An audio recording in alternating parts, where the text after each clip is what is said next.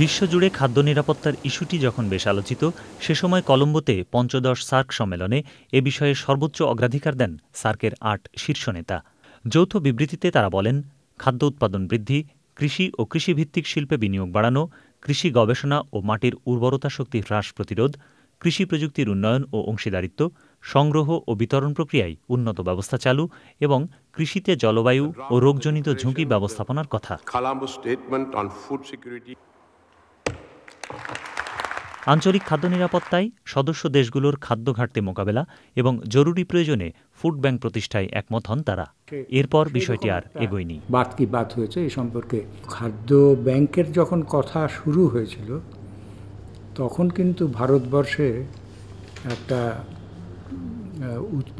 কৃষিতে উৎপাদনের একটা বিপ্লব এসেছিল এবং তারা যথেষ্ট উদ্বৃত্ত ছিলেন।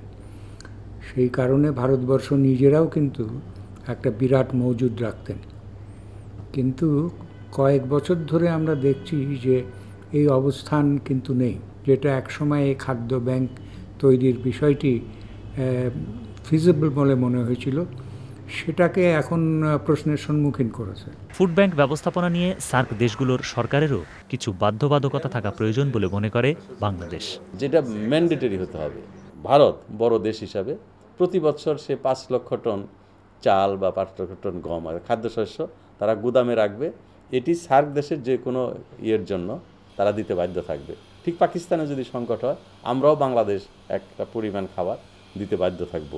কাজে এটা বাধ্যবাধকতার মধ্যে আনতে হবে। সার্ক কান্ট্রিগুলো তারা বিভিন্ন দেশে সার্কের জন্য গুদামও তৈরি করতে পারে। নিয়ন্ত্রণ থাকবে সার্কের যে সচিবালয় বা একটা উইং খাদ্যশস্যের ব্যাপারে, তারা এটাকে এর উপর তাদের একটা কর্তৃত্ব থাকবে।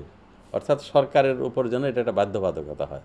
ষোড়শ সার্ক সম্মেলনে ফুড ব্যাংক প্রতিষ্ঠার বিষয়টি আরও এগোবে। সত্যিকার অর্থে এটি কার্যকর হবে এমনটি আশা করছেন খাদ্যমন্ত্রী। প্রাথমিক পর্যায়ে 2,43,000 টন খাদ্যশস্য নিয়ে ফুড ব্যাংক প্রতিষ্ঠার কথা রয়েছে।